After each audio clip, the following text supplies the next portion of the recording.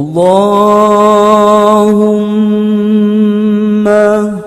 صل على نور الأن. Alhamdulillah nahmaduhu wa nasta'inuhu wa nastaghfiruh wa na'udzu billahi min syururi anfusina wa min sayyiati a'malina may yahdihillahu fala mudilla lahu wa may yudlil fala hadiya lahu. Asyhadu an la ilaha illallah wahdahu la syarika lahu arsala rasulahu bil huda wa dinil haqqi liyudhhirahu 'ala dini kullihi wa kafa billahi shahida. Ilahi anta maqsudi wa ridha wa ta'ala bi'atini mahabbaka wa ma'rifataka. Subhanaka la ilma lana illa ma 'allamtana innaka antal alimul hakim. Allahumma shalli ala nabiyyina Muhammadin wa ala alihi wasallam. Allahumma iftah lana bi futuhil alim bi rahmatika Muhammad sallallahu alaihi wasallam. Al-Fatihah. Ya Rabbi ya Rasulullah.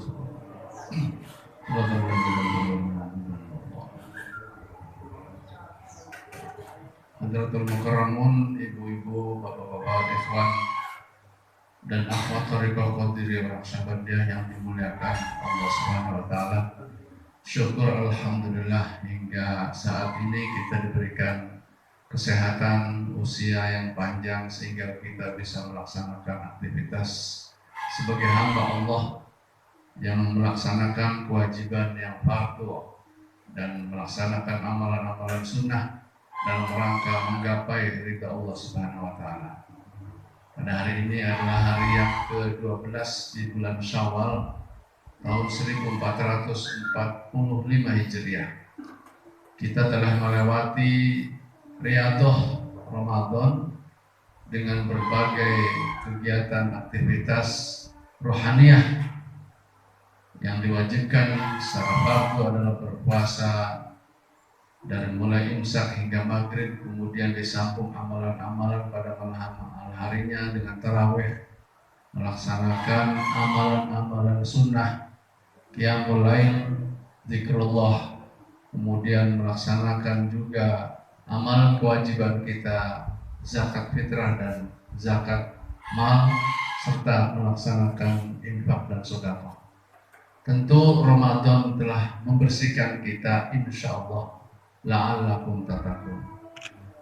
Dalam pandangan Sultan Maulana Syekh Muhyiddin Abdul Qadir Al-Jilani, hakikat Ramadan itu adalah riyadhahnya orang-orang yang bertakwa sebagai ahlullah. Riyadhah puncak karena perutnya dikosongkan, hati dan pikirannya tertuju pada Allah Subhanahu wa taala. Di situ sebenarnya orang berpuasa sama sedang melaksanakan zikir khafi. Karena selama dia berpuasa itu dia ibadah sir, ibadah yang rahasia. Orang tidak tahu bahwa si fulan sedang berpuasa. Sehingga disitulah ibadah sir itu sama dengan zikir sir. Jadi sebenarnya ibadah Ramadan yang sudah kita laksanakan itu ibarat madrasah, riyadhah orang-orang bertakwa, sehingga dalam Al-Quran la'allakum tattaqun itu nanti diberikan setelah nyata orang itu melaksanakan ibadah puasa Ramadan. Di malam hari Idul Fitri disebutnya Yaumul Jaizah, hari pemberian, hari penganugerahan. Dan pada hari paginya Idul Fitri adalah hari wisuda. Wisudanya orang-orang bertakwa. Cuma kata Sultan Aulia, ada dua model manusia yang melaksanakan Idul Fitri itu. Ada orang yang bahagia luar biasa, terharu. Satu sisi dia tidak mau meninggalkan Ramadan, karena Ramadan itu adalah bulan yang paling diagungkan untuk umat Nabi Muhammad SAW.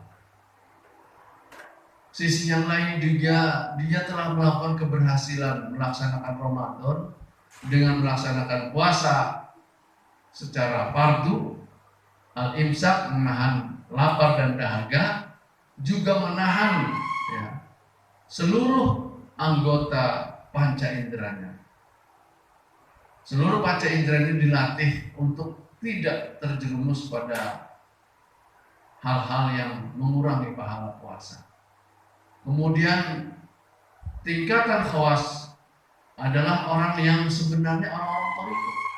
Puasanya orang toriko itu mestinya bukan kelas awam lagi, tetapi sudah masuk kelas khawas, kelas menengah.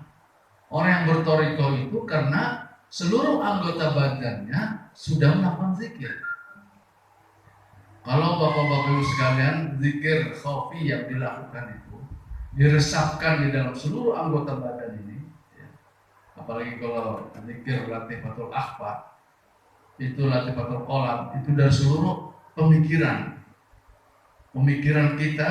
Dan latifatul qalam itu ada di sini, di puncak umbun-umbun ini, karena di sini puncak khayal, pusat imajinasi. Tetapi dengan zikrullah, dengan zikir khafi, dia didorong untuk masuk dalam sir rahasia Allah Subhanahu wa taala, untuk ditundukkan pikiran dan perasaan.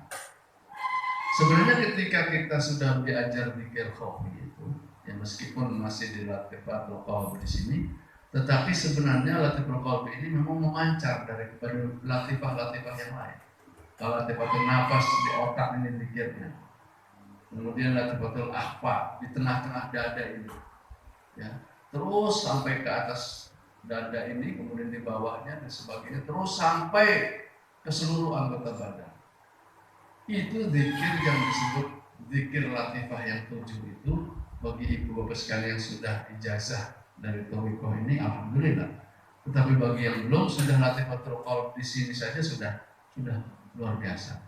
Tetapi kalau lagi ada nasib, ada kesempatan, silahkan kepada para wakil talqin untuk diajarkan pula latifah-latifah itu, zikir di otak ini kayak apa, ya, zikir di pemikiran dan sebagainya.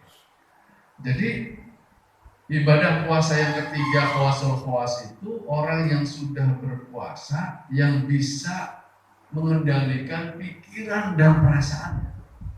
Itulah latifatul qalam. Bagaimana pemikiran manusia, perasaan manusia itu sudah dikendalikan untuk tidak keluar dari Allah Subhanahu wa taala. Makanya latifatul khawas atau khawasul khawas, ya, dalam puasa itu yang dikategorikan oleh Imam Al-Ghazali, juga yang dijelaskan oleh Sultan Auliya Syaikhul Abdul Qadir Al-Jilani, adalah orang yang bisa mengendalikan pikiran. Dan di dalam berpuasa itu semua lengkap riadah puasa itu. Maka Idul Fitri itu adalah la'allakum tattaqun. Satu hal lagi yang kata Sultan Auliya Syaikhul Abdul Qadir Al-Jilani, rahasia di antara asrar saum itu adalah bagaimana juga dituliskan dalam kitab Ihya Ulumuddin Syekh Imam Al-Ghazali, itu menyebutkan bahwa manusia itu bisa naik derajatnya setingkat malaikat di dalam berpuasa itu. Kenapa?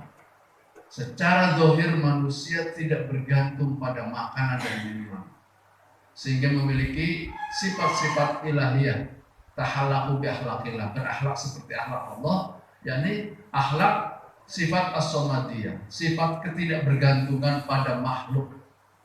Nah, dicoba manusia untuk tidak bergantung pada harta benda, tidak bergantung pada makanan dan minuman selama 12 jam dilatih, ternyata bisa.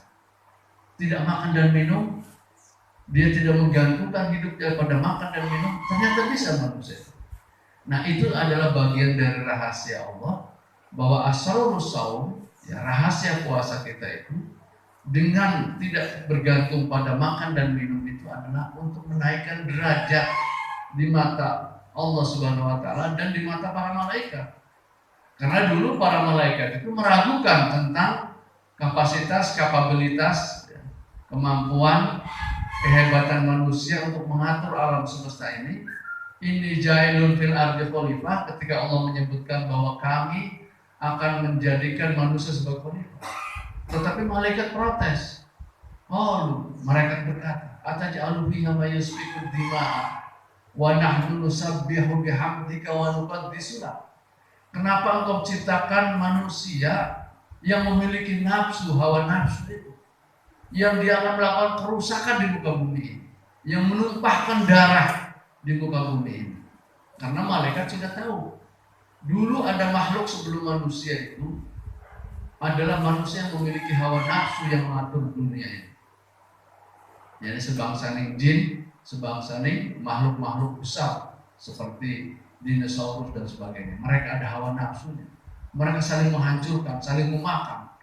Nah, ketika dihancurkan oleh Allah makhluk itu, lahirlah makhluk generasi manusia, yakni Adam alaihissalam. Malaikat ragu tentang Nabi Adam ini. Kata Allah, protes malaikat itu, kenapa tidak kami saja yang mengaktifkan di muka bumi ini? Wa nahnu nusabbihu bihamdika wa nuqaddisu lak. Kami akan senantiasa terus-menerus mensucikan Engkau, bertasbih, bertahmid, beribadah pada Allah. Allah berfirman pada malaikat, inni a'lamu ma la ta'lamun. Sesungguhnya rencanaku, aku lebih tahu dari apa yang aku rencanakan. Engkau tidak akan tahu rencana. Jadi ternyata Allah lebih percaya kepada manusia untuk membuat makhluknya untuk memakmurkan bumi. Dan ternyata Nabi Adam itu oleh godaan setan terpengaruh juga akibat sifat toma. Toma itu bergantung hatinya pada zat yang diinginkan. Harapan kepada sesuatu yang mengenakan. Toma itu adalah sifat toma itu ingin memiliki sesuatu yang sebenarnya belum haknya. Itu ada rasa ingin menguasai. Nah, ketika buah khuldi dimakan oleh Siti Hawa, Nabi Adam juga tergoda. Makanya kelemahan laki-laki itu dipengaruhi oleh perempuannya, oleh istrinya. Makanya istrinya dijaga ya. Jangan merusak dosa-dosa, karena istri itu juga bisa yang paling mudah digoda.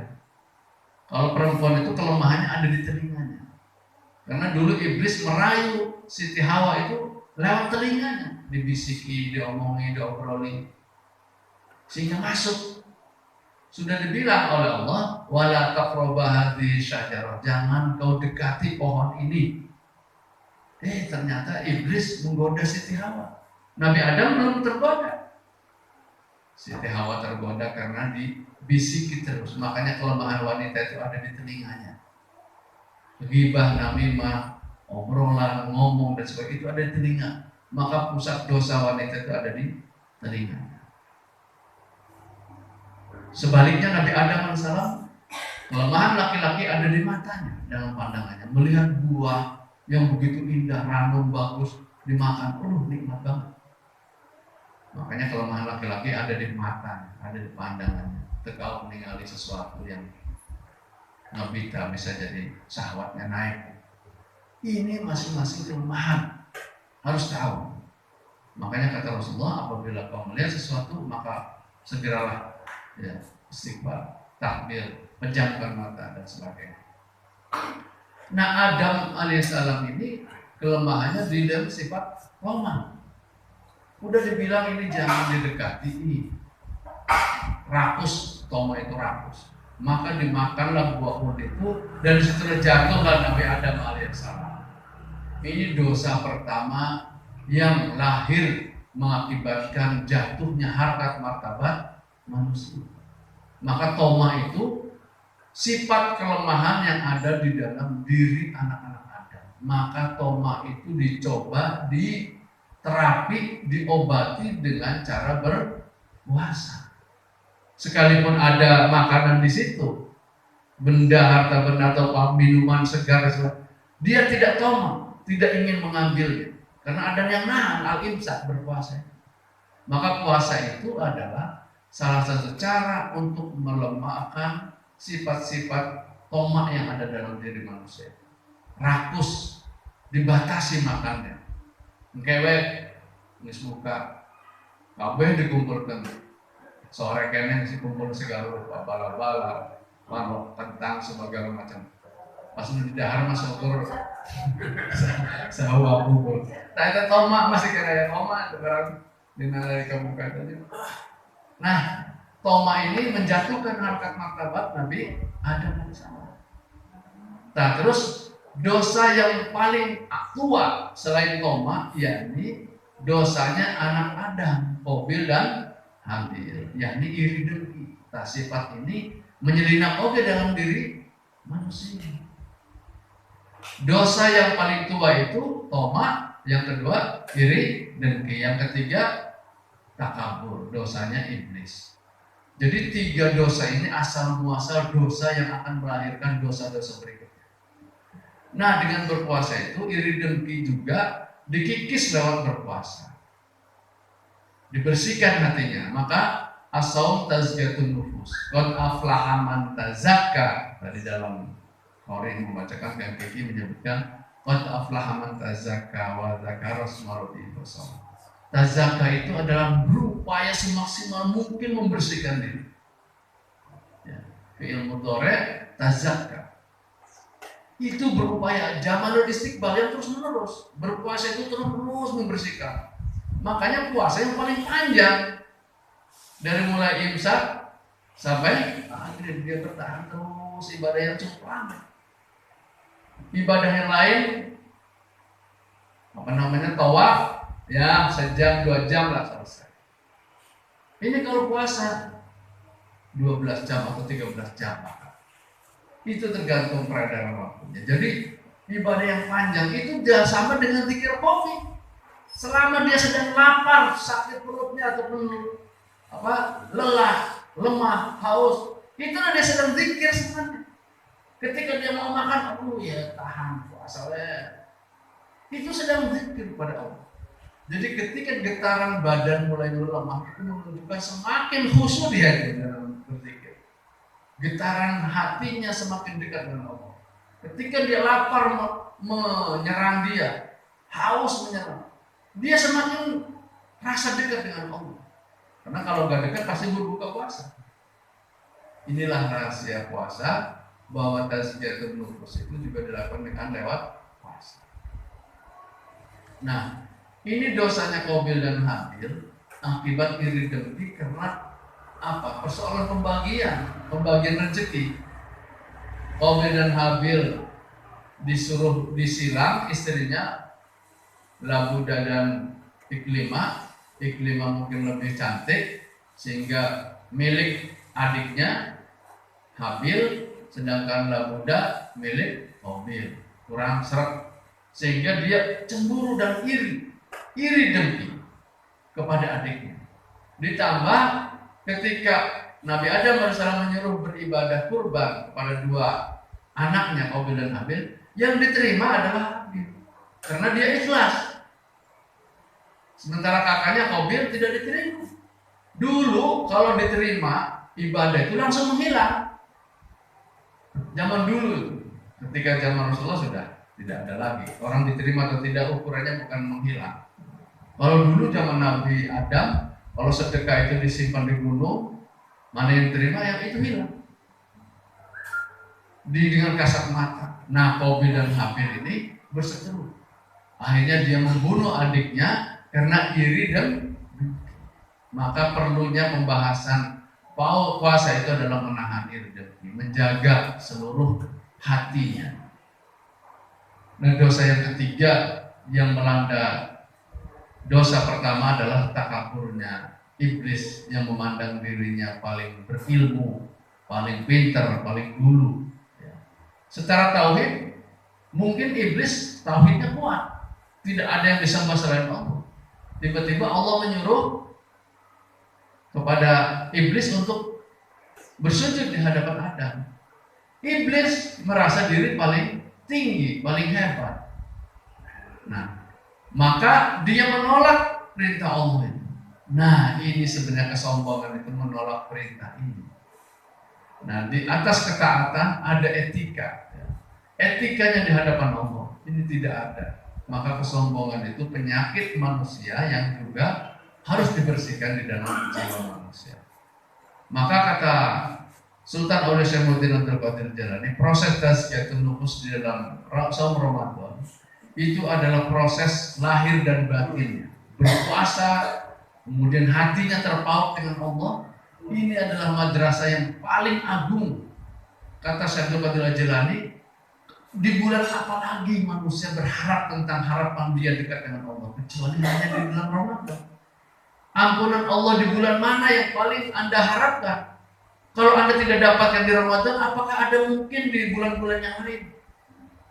Jadi Ramadan itu kata Sultan Aulia Syamsul Qadir Jailani, pusat inabah, pusat kembalinya orang-orang beriman untuk menuju Allah.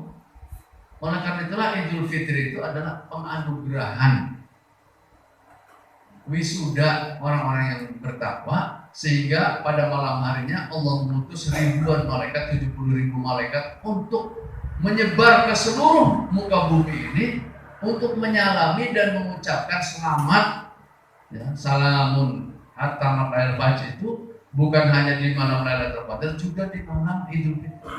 Pagi harinya itu semua di gang-gang, di tempat dan jalan-jalan malaikat itu mengucap selamat, selamat, selamat. Cuma kata Syekh Al-Jilani, ini hadis diriwayatkan oleh Anas bin Malik dan Ibnu Abbas, seluruh makhluk mendengar salamnya malaikat itu kepada orang beriman, tetapi manusia dan jin tidak mendengar dan tidak melihat adanya malaikat. Ini adalah asrar, rahasia di balik Idul Fitri itu. Malaikat-malaikat mengucapkan salam, selamat, selamat, selamat, selamat. Inilah kata Allah, wahai malaikatku, umatku yang bernama manusia, orang-orang bertakwa yang telah berpuasa ini, mereka berkumpul. Allah bertanya kepada malaikat untuk membuktikan tadi keraguan malaikat itu. Apa kira-kira yang layak pahala orang-orang yang beriman yang sudah berpuasa selama Ramadan dan mendirikan qiyamul lail dan sunnah nafilah di malam harinya? Apa kira-kira yang pantas untuk mereka? Wahai malaikatku, ini adalah Allah menunjukkan kepada para malaikatnya, inilah makhluk manusia yang mulia. Kemudian para malaikat menjawab, Allah Izzati wa Jalal yang maha agung dan maha bijaksana, engkaulah yang lebih layak memberikan gelar itu, bukan kami. Jadi ini litakjiz sebenarnya. Apa yang layak? Jadi sebenarnya Allah memerintahkan malaikat, silakan gelar apa yang pantas untuk orang beriman yang sudah melaksanakan puasa itu. Malaikat, ampun ya Allah, ampun. Kami tidak layak untuk memberikan gelar kepada orang-orang beriman yang sudah melaksanakan Idul Fitri itu. Tapi Tuhanlah yang maha bijaksana. Nah, setelah itu Allah berfirman, bi'izzati wa jalali, dengan keagungan dan kehebatan, sesungguhnya mereka-mereka yang telah melaksanakan berpuasa di bulan Ramadan itu, malam harinya bersalat tarawih, yang mulai zikir dan sebagainya, baca Al-Quran dan sebagainya.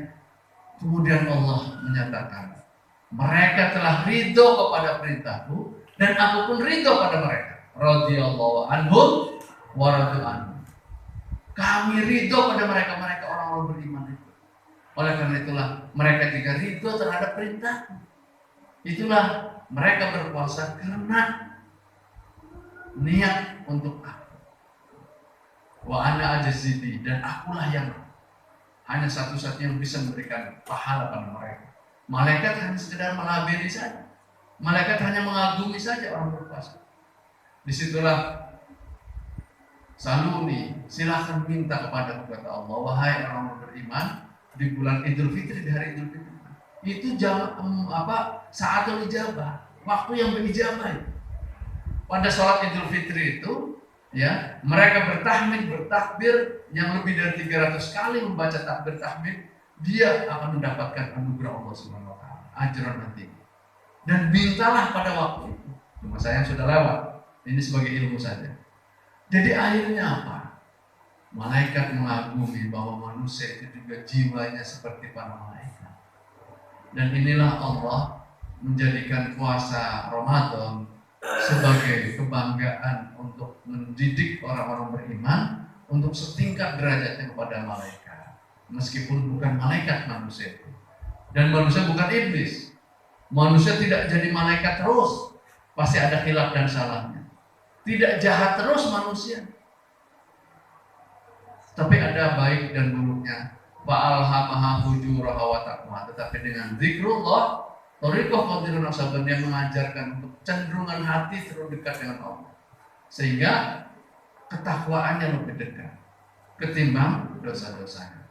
Oleh karena itulah Idul Fitri ini menjadikan hirqah, disebutkan hirqatut taqwa, mahkota ketakwaan. Makanya Qad aflaha man zakkaha wa qad khaba man dassaha. Sungguh berbahagialah orang mereka-mereka yang sudah bersih itu di bulan Idul Fitri.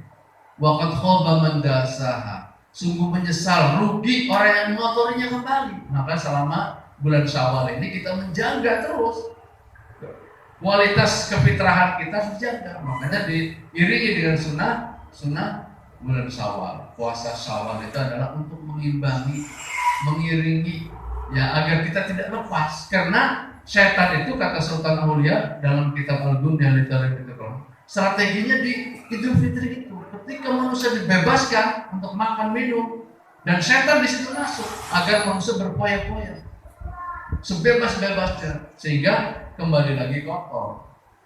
Yang subhat juga dimakan, apalagi kalau anak-anak muda minum-minuman dan sebagainya. Udah salah besar. Karena waqad khaba man dassaha, sungguh menyesal, merugi orang yang sudah bersih mengotori kembali pakaiannya. Nah ini ya, maka di bulan Syawal ini Sultan Aulia Syekh Abdul Qadir Al-Jilani dalam majelis ini, dalam majelis Sultan Aulia Syekh Abdul Qadir Al-Jilani, kita mendapatkan keberkahan di bulan Syawal lewat Ramadan ini. Mudah-mudahan kita menjaga terus pengaruh Ramadan kita untuk mengisi 11 bulan berikutnya. Insya Allah di dalam tradisi Thariqat Qadir Naqsabandiyah, zikir ini adalah pengikat. Meskipun tidak berpuasa, zikir terus menerus. Kata para sahabat, sebanyak-banyak menyebut asma Allah, sebanyak-banyak itulah ketakwaan itu semakin mendekat dalam diri kita. Oleh karena itulah zikrullah adalah salah satu cara upaya yang paling efektif untuk menuju wusul ilallah. Ketika Sayyidina Ali meminta kepada Rasulullah, tunjukilah kami jalan yang paling mudah untuk dekat dengan Allah dan menuju Allah ya Rasulullah. Kata Rasulullah, ya silakan aja zikir. Kalimat apa? La ilaha illallah. Wah, itu sudah biasa ya Rasulullah. Saya pengen cara yang khusus. Jadi Sayyidina Ali meminta cara yang khusus. Nah, cara yang khusus itulah akhirnya Rasulullah memerintah pada Sayyidina Ali, silahkan masuk ke kamar, tutup pintunya. Coba rasakan kalimat ini. Kalimat zikir la ilaha illallah. Ghamid ainaika. Pejamkan matamu dan rasakan kalimat itu. Itulah talqin zikir. Jadi beruntung sekali orang-orang yang sudah mendapat talqin zikir itu sudah mendapatkan ittisalu sanad, nyambung dari sanad Rasulullah SAW. Dari Rasulullah SAW mendapatkan dari Sayyidina Jibril. Jibril dari Allah. Dari Allah turun ke Jibril, turun kepada Nabi Muhammad. Raja Muhammad itu diturunkan kepada Sayyidina Ali karamallahu wajhah dan diturunkan juga kepada Sayyidina Abu Bakar Siddiq. Ada dua sahabat yang menurunkan sanad cara zikir kepada Allah SWT. Makanya orang yang sudah mendapatkan sanad zikir sangat beruntung, sudah mendapatkan legasi, warisan. Disitulah sanad ini sangat menentukan. Karena apa? Zikir kita itu terbantu oleh para amalan-amalan para aulia Allah dulu. Kita menggantung, menyantel dalam gerbang kereta itu para aulia Allah yang sudah dulu meninggal, yang sudah melaksanakan zikir itu. Tarekat Qadir Naqsabandiyah ini sudah menciptakan para aulia Allah. Wusul ilallah sudah ratusan bahkan ribuan. Thariqah kita ini sudah melahirkan para aulia Allah. Nah, kita ini ada di belakang ini. Gerbong yang paling belakang mungkin mencantel. Makanya amalan-amalan tawasul itu adalah kita menjasukan diri kita dalam gerbong para aulia Allah. Wasyuhada'i wasolihina wa hasuna ulaika rafiqa. Para syuhada dan para solihin itu adalah sebaik-baik apa yang kita kemani. Kita tawasuli, kita lengkapi diri kita ini dengan bergabung dengan gerbong para aulia Allah. Inilah thariqah. Mudah-mudahan senantiasa seluruh keluarga kita dan yang soleh dan solehah yang berpuasa kita menjadikan bekal untuk 11 bulan berikutnya, dan secara istiqomah kita melaksanakan amaliyat Thariqat Naqsabandiyah. Demikian mudah-mudahan dami manfaatnya. Wallahu muwaffiq ila thariq. Assalamualaikum warahmatullahi wabarakatuh.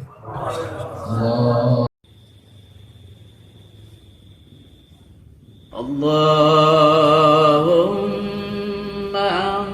salli ala nabiyil hashimi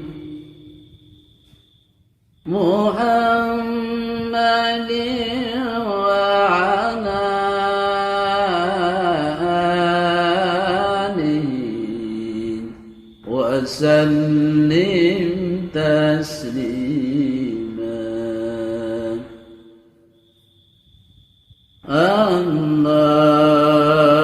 اللهم صل على النبي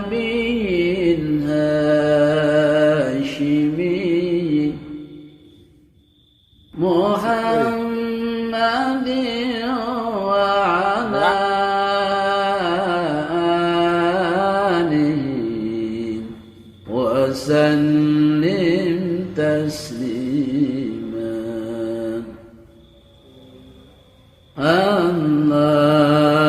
اللهم صل على النبي. Assalamualaikum warahmatullahi wabarakatuh. Kami Jamaah Manaqib Masjid Baitul Hikmah Permata Biru mengucapkan selamat Hari Raya Idul Fitri 1 Syawal 1445 Hijriah. Minal aidin wal faizin. Mohon maaf lahir dan